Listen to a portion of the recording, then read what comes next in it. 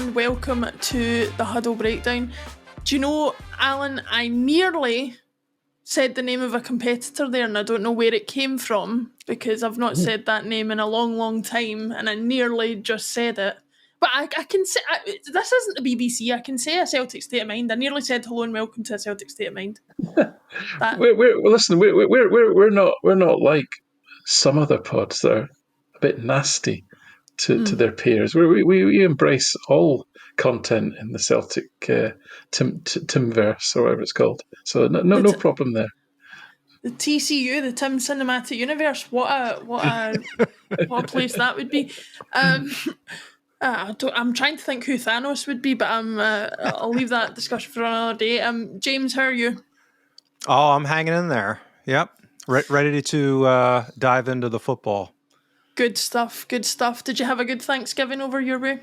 Yeah, overall, good family time, good food. I just had my 17th leftover turkey sandwich. Excellent. So hopefully that'll wind down sometime later this week, but we'll have to wait and see. I don't know if you're a fan of the TV sitcom Friends, but did you have a moist maker in your turkey sandwich? No, I did not. No, I do remember that though. Yes. No, I don't. No, but don't Google that, by the way. Don't Google that. Yes, that'd be a horror show. Alan, how are you? Yeah, all good, all raring to go. Another week. So yeah, look, I've got to say this. Obviously, thanks everyone for joining. If you're watching the Tuesday or Monday, we're recording, coming out on Tuesday probably. Show, we have an amazingly loyal audience actually that watches this pod, which is fantastic. If you want more of this stuff, we do another pod on a Thursday. It's called Extra Time. It's called Extra Time because we tend to go on for longer. We go into the sort of the detail a little bit deeper. And we also have a lot of guests on as well, especially good quality analysts from other clubs. This Thursday, we will have Gavin on, again, the Aberdeen analyst, but we'll be doing post-game. So we'll be doing a post-game review on the Thursday. So you need to subscribe for that. And there's been two postings on the huddlebreakdown.com today. James's weekly article is out, and the stats pack for the Ross County game is out. So there's a whole host. If you do like this show, there's a whole host of stuff. You can go as deep as you want. Probably deeper than is recommended by your parents, I would imagine. But it's all there. So please do subscribe, and thank you for watching. Indeed. Yeah, no, indeed. All the good quality stuff that you pay for is none of the stuff I'm involved with, which is a sign of quality in and of itself. James, I'll come to you first. Ross County, pretty comfortable victory over the weekend. For me, it had that look of this could be a cricket score. I don't know what the equivalent would be in America. You'll need to update me on that. But which I call a laugher. That's what I call these laughers. It could be a laugher. Yeah, I forgot about that one. I need a glossary of terms. Sorry, it's got no originality or class or anything about it. A laugher. What the hell is that? No originality or class. I thought you were talking about me. Never. Yeah, no, James. How did you go on with that game? I thought I was thoroughly entertained that first 45 minutes.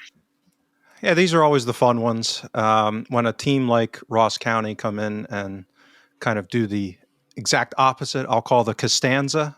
There's another reference for you, Laura, to pull the Costanza and do the exact opposite of what Bruges did in their barbell approach. So, kind of, not be smart about how you set up to try and press us and to kind of man mark in ways that weren't all that effective, kind of running around a lot, chasing our guys around and not really catching anybody or putting actual pressure on the ball.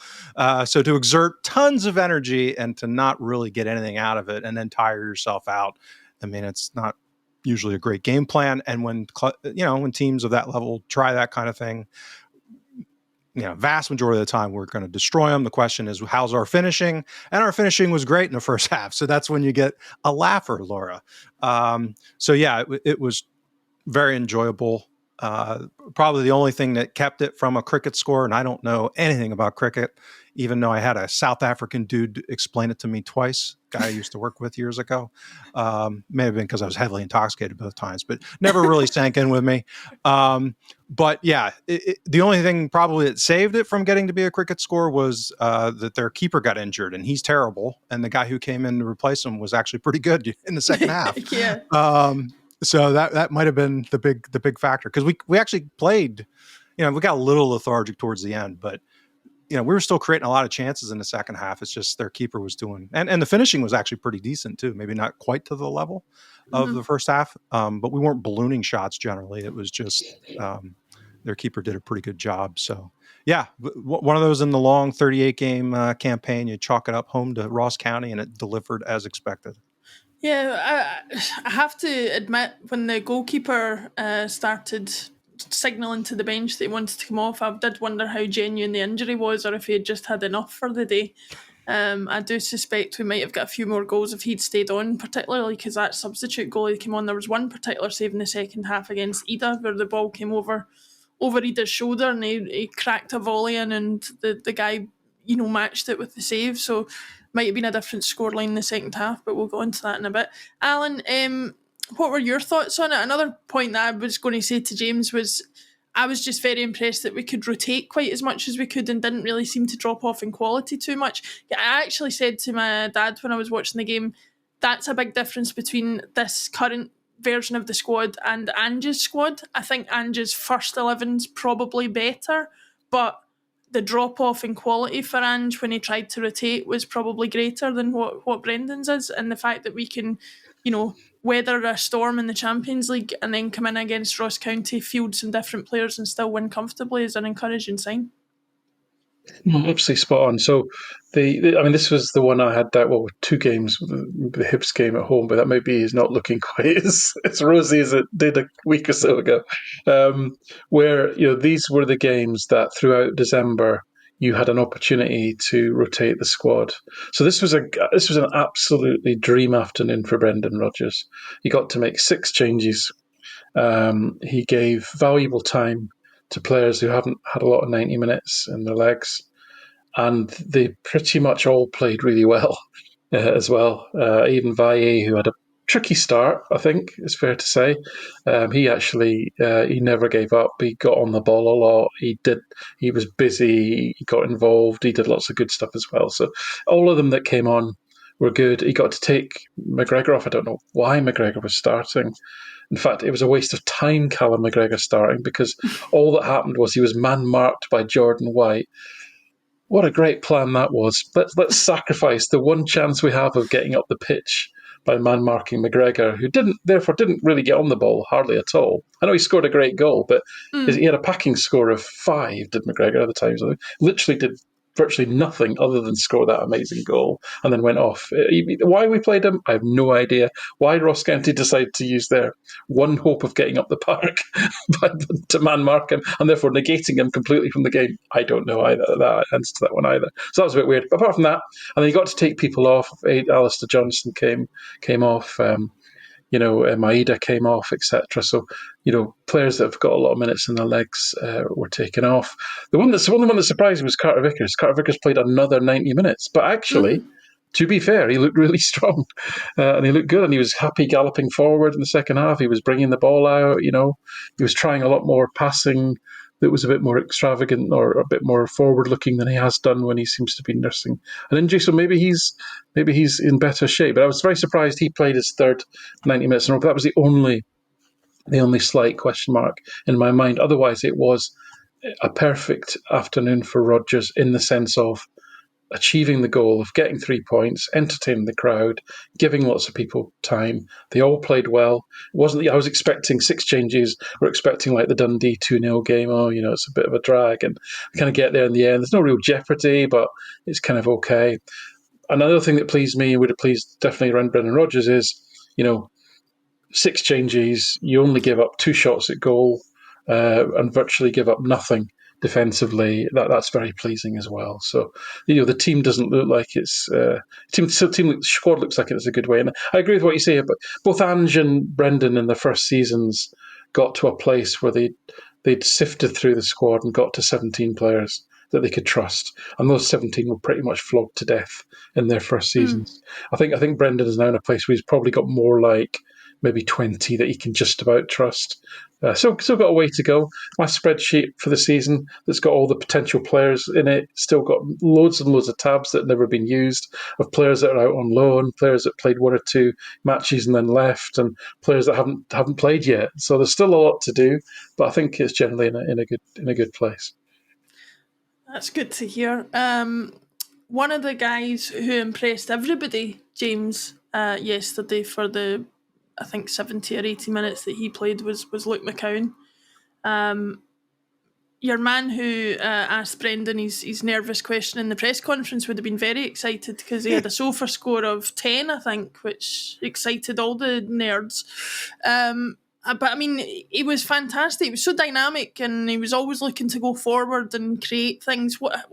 How impressed have you been with Luke McCowan and the level of performance that he's been able to deliver, considering he has been, asked to play a bit more of a bit part role than some might like? Well, first of all, the most important question that was answered for nerds across the world is a 10 possible, right? Some of these scoring methodologies, like you watch gymnastics anymore, how many times in the Olympics do that? There's always some little deduction, a millionth of a point here or there. So a theoretical 10 for the nerds that follow, I don't even follow that score, but a 10 is, terrific. So I don't even know if people usually do that or not. I would think not, because he was a dominant force in the game on the ball. And, as much as we dominate opposition with regularity in domestic play, you don't get that kind of performance that often where one person just basically takes over a game in a way. And I think he did. I mean, just the way he was creating chances and dominating the midfield, even when he wasn't having some things come off, which, again, we've talked about that. He's a risk-reward profile type of player. I just personally think he skews a little more favorably than our other big one that we might get onto. And that's why I really like him. I like the signing. I like the fit of him playing against an overwhelming majority of our domestic opposition, because he does have that factor. And I don't think we have anyone else in the squad that presents it in the way that he does. And he's not a perfect player, obviously, but I think there's a lot that he's going to continue to contribute. And I think it's the first real flash of my biggest outlier prediction of the year, which is by the spreadsheet shagging quantifying methodology, that he may actually outproduce Arne Engels this season. So I still haven't given up hope on that. Not that I want it to happen necessarily, but that he's that good in this role that he could really crank some of these bottom half teams when we get into some of these games.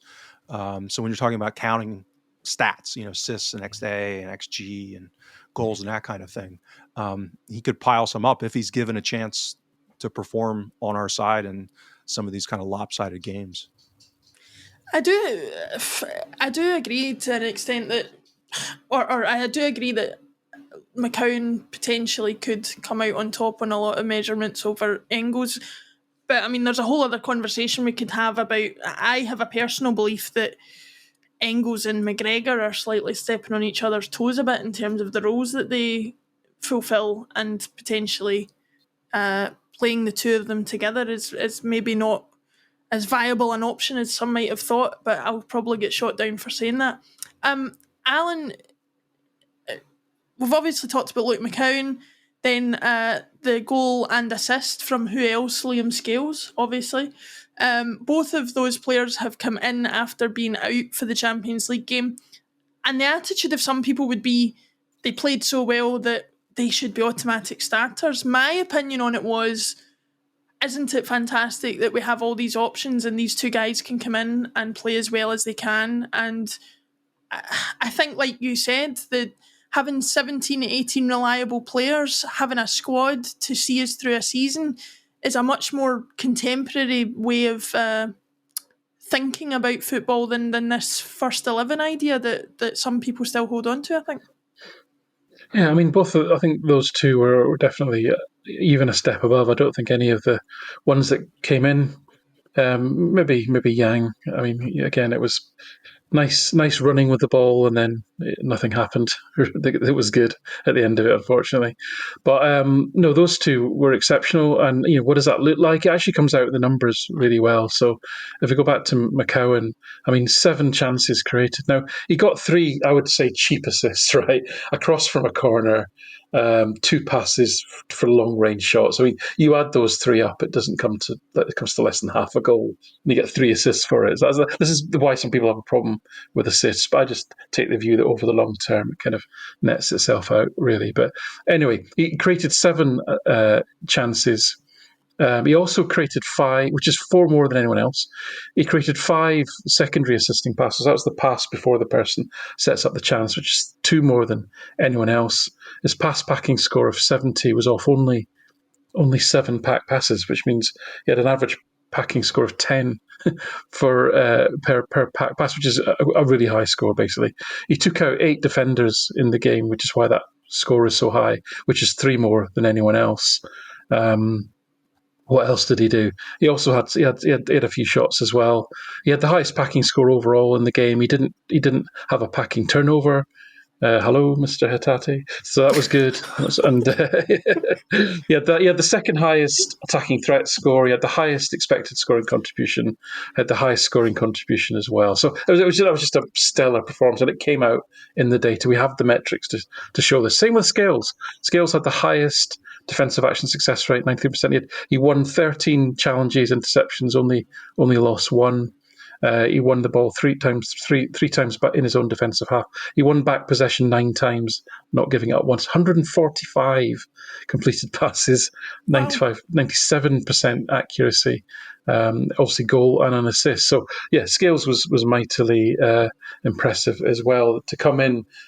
I mean, 145 passes. I know we kind of poo-poo passing stats, but they're just another piece of data, and they have their relevance in the right context. What that shows is to that accuracy and to certainly the number of aerial duels that he won. That all speaks to timing and being up to speed that we talk about. But that's a difficult thing to do when you come in cold from not having started for a few games, to get into the game rhythm, to get into your own personal rhythm, to not be giving away silly passes. And some players do that. I mean, there's Alistair Johnson, Greg Taylor are both quite bad for giving away the ball early in a game. It's almost before they've got warmed up and before they've got their game focus on and their rhythm. They tend to give the ball away early in the game. I'm going to have to jump in there. You're not going to do down my man Alistair Johnson like that. I will not have it. I don't care what your numbers say. I love the man. Carry on. That's a reasonable impression of sort of fan logic in some cases there. No, but he generally improves massively, does Johnson, and does Taylor, in fact. But some players just take a bit of time to get up to speed and so forth. We've seen with Carter, with some players like Rogic, for example. Rogic was a classic he was a big guy. I wasn't going to call him heavy. That's not fair. And I wouldn't aim that bar at anyone. That's very inappropriate of me. But I think because of his size and his physique, he just took a few games to get up to game speed. Some players just do that naturally, just like that naturally. So anyway, so I think that was very impressive from Scales and from McCowan. And as I say, not to play down. I think Bernardo was good again. Did a bit of everything. Valle, I thought he showed character to recover from a really shaky start. There was a few bad turnovers in that first half in bad areas. He put McGregor under pressure. That led to their one decent shot, really, of the game. But he recovered well, and he just basically he ran out of puff. He had to come off. He was, as McCowan did, and that's the thing. And I think we'll come on to that when we start looking ahead to the midweek game. Because the big benefit, and I cannot underestimate what we talked about there about the squad rotation, about resting players, about giving players minutes in their legs. You cannot underestimate in the current schedule, because we've seen, for example, I watched a game last night, and we'll get to this in more detail, Hearts and Aberdeen, 2 teams that are not used to playing 2 intensive games in 1 week, and oh boy did it show. It really did show. So it's vast, it's huge, it's massive for Rodgers to be able to have managed his squad in that way.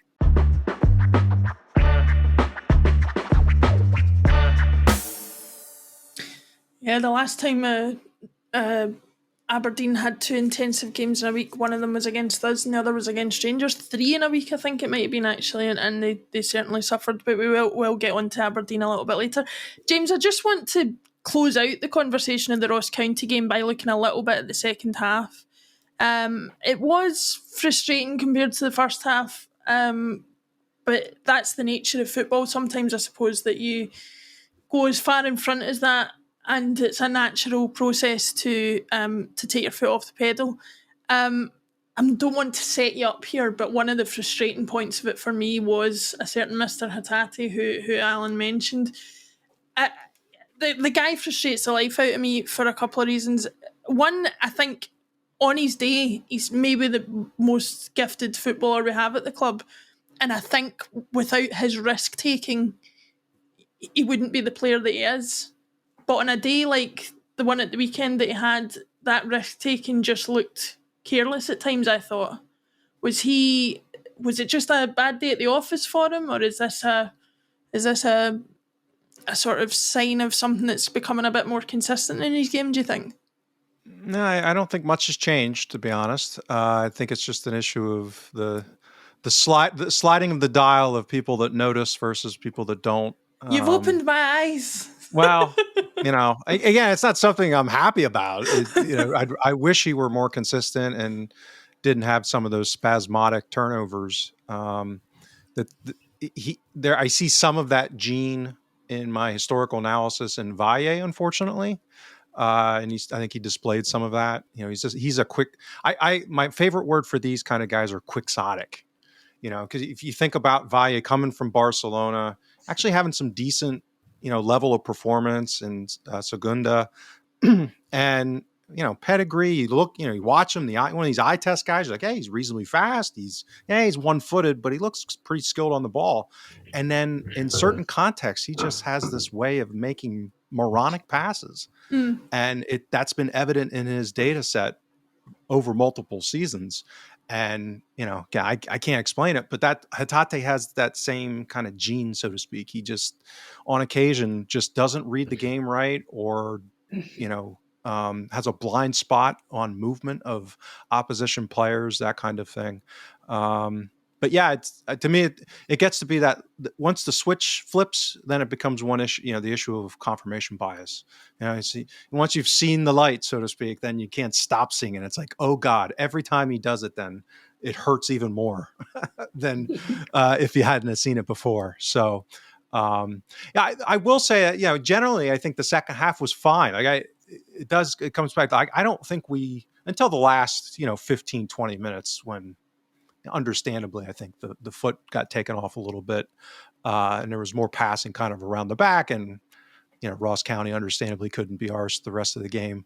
I think up until then, the intensity was still there. Like, we were still doing a lot to create chances. It's just, like I said earlier, they didn't go in. And when you get that kind of clustering of finishing in the first half, it seems like you should score 10 easy. Because they just go in so easy. But yes, I don't think it was one of those circumstances, because that happens on occasion. You get up that much, into December now, weather's pretty cold. Like, you could forgive these human beings from saying, I've had enough today. Like, these guys aren't really all that interested. They're not going to come back on us. Are we really going to kill ourselves? So I actually don't think it was one of those kind of understandable comatose second halves. I think it was more two-phased in that regard. The other thing I want to say real quick, because I've been very critical on this, and I hope something's changed. It's not just kind of sequencing and luck, but fitness levels have seemed to be pretty good. We haven't been getting the soft tissue injuries. So, anecdotally, that seems to be the case. I think Alan has a request in. Somebody gave you a request, Alan, to maybe look at the injuries. Yeah, so I'm stealing your thunder on a future piece, probably. I do that tomorrow. Oh, okay, yeah. So, yeah. Can you just take Stephen Welsh out? He might skew the data a wee bit. Just keep him out. Ex-Welsh. Yeah, so that, we're this rotation, we're in a good position with our fitness levels, and that's a perpetual risk if you start getting into depth, materially into depth. that would be one way that this could go off the rails theoretically. I don't think it's going to happen, but so it's good to see that guys are being rotated. It's being effective. Even with the second half yesterday, it's like, that's the cost of doing business. We got to get through this period. So. Yeah, and we're doing that effectively so far. Confirmation bias is something I'm very familiar with. A certain Daisen Maeda has forced me reluctantly to admit how important it is through months and months and months of proving me wrong. But I have to say, that goal against Atalanta, I just burst out laughing when that went in. It was so indicative of what he's like. He kind of fell over while he was doing it, but it was a stunning finish. And oh my God, I have the biggest love-hate relationship with the guy, but it is more love than hate now. So yeah, I have to admit, like, he's an enigma. Let's put it that way. Alan, you mentioned that you watched the Aberdeen Hearts game during the week. I didn't get a chance, or just a couple of days ago, I didn't get a chance to see that. Given that they are our next opponents on Wednesday night, what did you learn between the last time that you would have seen them and that game about what we're expecting to face this week? Yeah, sorry. So the last word on the Ross County game very quickly was. We often talk about what the opposition do, etc. It's obviously two teams in a game. So Ross County, they had this kind of 3-4-2-1 in the first half. They were trying to be progressive. And as James says, they actually were trying to do a Bruges. They were trying to zonally man mark, if you know what I mean. So it would keep passing players on. It was just and they packed the middle of the pitch, and it was kind of successful for 20 minutes. Right? It wasn't too bad, I didn't think, but it was just too complicated, I think, and quality kind of got away from them and all that. But anyway, in the second half, they basically decided to go 4-5-1, and they made the first two lines really compact, and they thought, right, we're not going to get beat 8-0, 9-0, whatever here. So there was that, right? So that, because they're never going to make up 5 goals, right? And they drew the second half 0-0. So the manager will be almost saying that in the dressing room. We drew the second half 0-0. Well done, lads. That's what we're taking away from this, right? So and like James says, Celtic weren't going to kill themselves to chase goals, but we actually produced, I think, 1.35 XG in the second half. So it wasn't all bad. So anyway, yeah, Hearts Aberdeen game. It was horrendous. In fact, I find myself drifting off, actually. It was such a poor game of football. But what was fascinating was Aberdeen, they've had a couple of disappointing results. They lost at St Mirren. They had that incredible game against Hibernian where they looked like they'd won it and then lost it again and drew 3-3 in the end. And I think he made 5 or was it 6 changes to the starting lineup. So he was trying to, again, freshen it up. Now, I think maybe one of them was forced because I don't think the left back, Mackenzie, was even in the squad. So I suspect he was kind of, maybe he's injured. So that's probably quite a big blow for them. I don't know if he is and for how long, whether he's available for Wednesday, I don't know. And it was a bit like the opposite of what happened for Celtic, in that not all the players they brought in did it really work for. I mean, the guy they brought in at left back, McGarry, he really struggled for a lot of the game. He was okay by the end, but he found it tough. They decided to swap out Rubizic, who's their sort of stopper. Their main sort of he's not very quick, but he's very optimistic. He likes to think he can win the ball, and he likes to go through people. Once he goes, he absolutely goes. It doesn't stop. There is no second. There's no reverse gear. And he's a sort of classic player because of his lack of speed as well. He can make a lot of really bad errors. Anyway, they took him out and put a guy, Angus MacDonald, in, who sounds like he bloody is from Aberdeen. I mean, if you call Angus MacDonald, you damn well better be from Aberdeen. Probably find out he's American or something, or Canadian probably, but I don't know. Yeah. Anyway, so they made one of these annoying Scottish folk that go around saying, "I've got Scottish family history" or something like that. You know what I mean, James? Yeah, sure. Mm-hmm. I'm looking him up here, by the way. He's English. There you go. Stick that in the pipe and smoke it. Wow. So that's his nationality.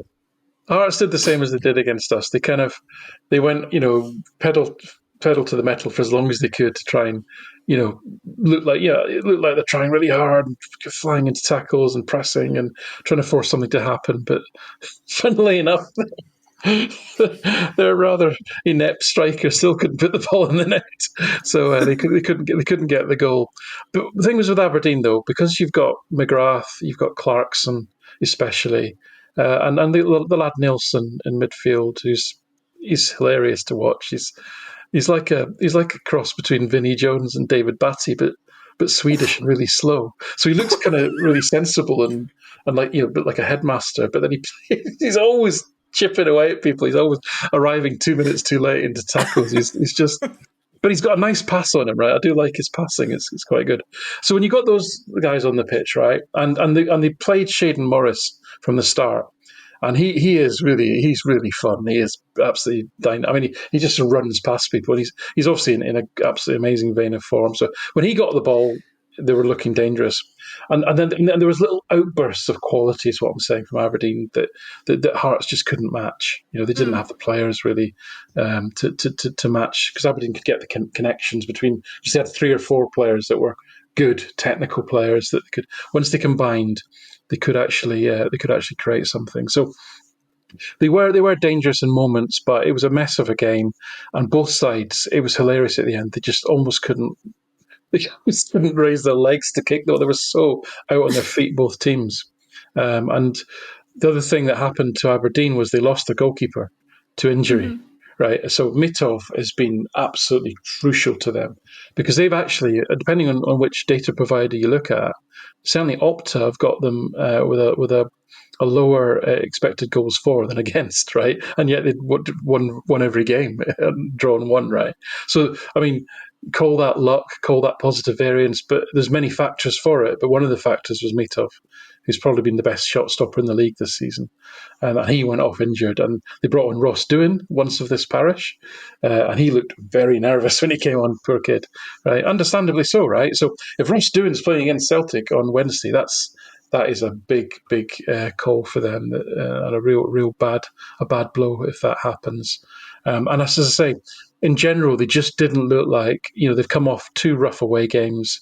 They're having to kind of rotate the squad. A couple of key players went off injured, and it's just all creaking a little bit. The little bits of magic aren't as frequent as they have been, and the fatigue is setting in.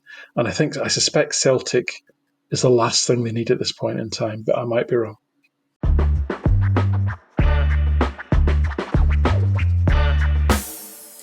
I'm gonna, as I do every week when I talk to you guys, I learn a lot, but I'm going to take that one into my future life. No, it wasn't luck, it was positive variance. I'm going to say that in future. It sounds a bit more deliberate. I don't know if it is, but it sounds it. It says it as a grand plan, yeah. It's an architect. Yeah. James, I guess it's a kind of mirror image of what we've been talking about with Celtic and their ability to rotate the squad against Ross County so successfully, that what Alan's talking about there, and indeed what I've said. I was on a podcast a few weeks ago in the lead up to the League Cup semi-final with an Aberdeen fan, and I mentioned at the time that I thought the only thing that could stand in their way of maintaining the level of pressure on us that they have up until now was going to be their inability to rotate and the fatigue that they would feel playing big game after big game. Because make no mistake, every game now for Aberdeen is a big game because they feel a need to kind of try to keep up, I think. For you, is that going to be the major factor over the next month, 2 months, that's going to decide what happens with the league title race, do you think? I don't think there is a league title race. What do you think about that? Wow, expand. I love it. Well, I mean, you can never rule things out, but the something I just put out today on the site, if you look at kind of the pieces of our underlying performance, we're certainly vulnerable to aspects of some regression, but the fundamentals are very strong. I don't see we're in like the nosebleed territory of top 25 percentile in all kinds of performance. So that gets you into the neighborhood of like last quarter of the 1920 season, if you remember that, when we were rampaging through with playing 3-5-2 and Edward and Lee Griffiths were playing off of each other, that fantastic little stretch, and then kind of peak Ange ball that gets you into that neighborhood as far as kind of underlying performance levels. And the question is always, well, what could go wrong? And there's two parts of that. One is something would have to go wrong for us, and I don't see the risk factors that we had in 2020, 2021 when we kind of tanked. The other part is you've got to have a viable second team to be there to kind of be at a level that even if you regress, that they can overcome it. And I just don't. If you look at the piece I wrote, if Aberdeen are kind of performing relative to Aberdeen normal, not, their kind of composition of how they're creating chances and denying chances and all that stuff. I think they're doing it in a way that's more efficient than normal. So I think generally they will be better performing, but not at like an 80 point, 85 point level that they would even Can I just ask then? theoretically have to get to. Yeah, can I just ask then, you have talked about this and hinted at it before. Is that indicative as well then of a generally lower quality in the rest of the league, do you think? If Aberdeen aren't performing so much above their mean, but they're ahead of everybody else? Yeah, well, some of that, I mean, if you look at the kind of the classes within the league, this is a down year in the sense that the two Edinburgh clubs, I mean, Rangers are putrid. They're performing at a football level here, or are we moving? Sorry. Right. I mean, I wrote it. I mean, they're basically performing at a level that's analogous to the 18-19 Gerrard side when they were spending £20 million less on wages. I mean, and they're having a little bit of negative variance. And magically, I gave you a shout out on my piece, Alan, with the Yorkshire Whistler. If you look at it ex penalties, it's even crazier.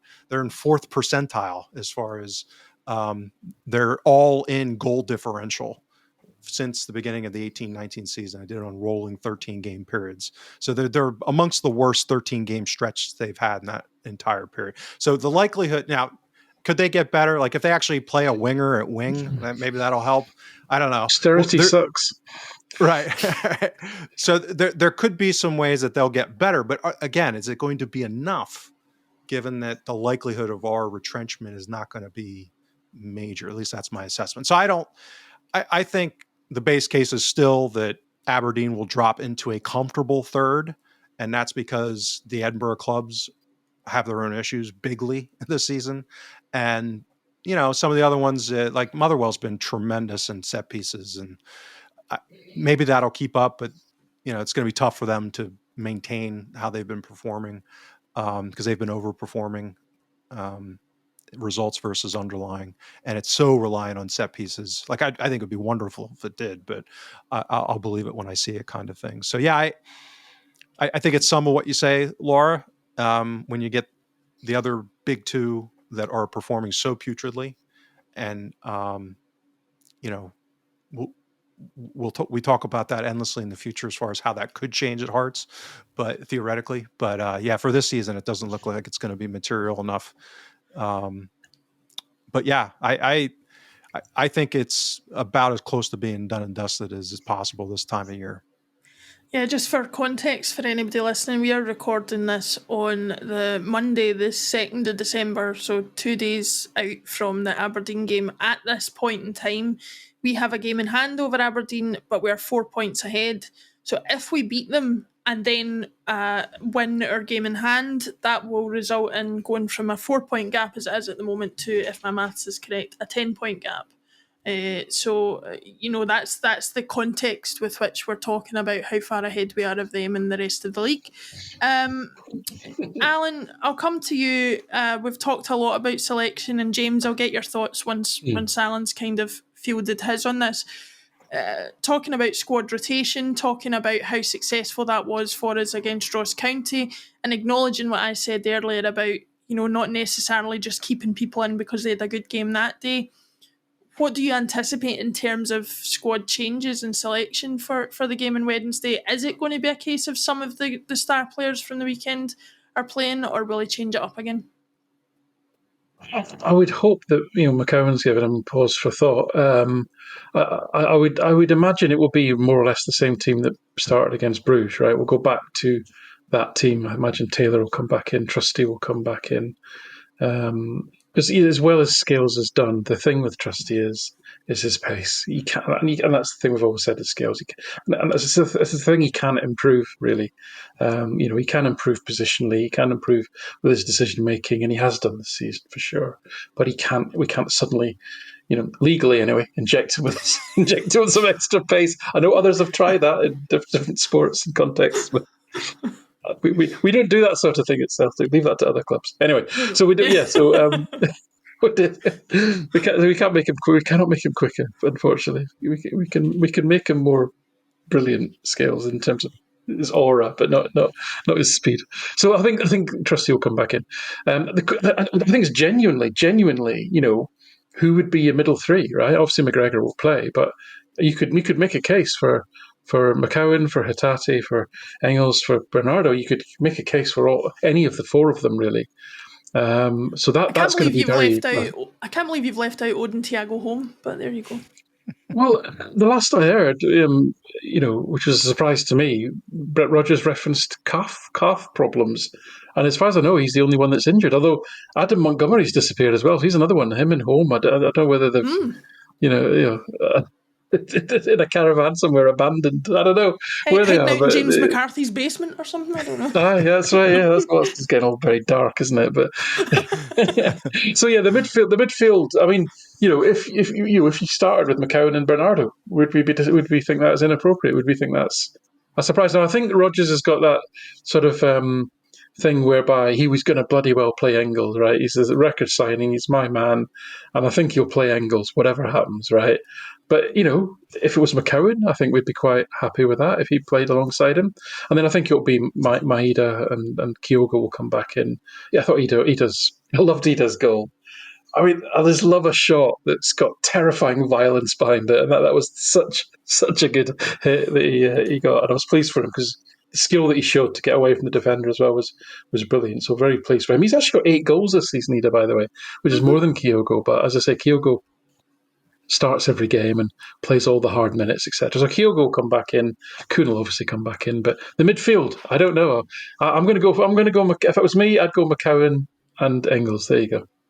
Do you know, it's funny that you mention about the violence with which he struck that ball. It reminded me a little bit of, I don't think it was quite as spectacular or from quite as far out, but it reminded me of John Hartson's goal against Liverpool at Anfield.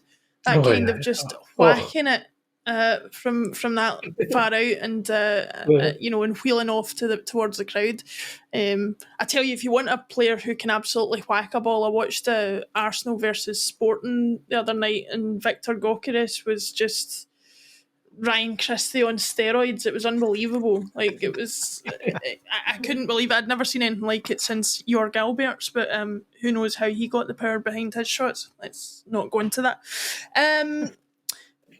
James, your thoughts on what Alan said there, specifically the midfield. There are a few options there, and I tend to agree that I think he'll probably stick with Engels until it's absolutely irrefutable that there are some stronger options at the moment. But, there and elsewhere in the team, what are your thoughts on how we're going to go forward? I promise we did not rehearse this, but my thinking was and is Engels and McCowan. And the reason why I like that mixture is you get kind of the legs and the movement of Engels to kind of help cover some space and transition. And then you've got that hurricane ability around the box that I like about McCowan.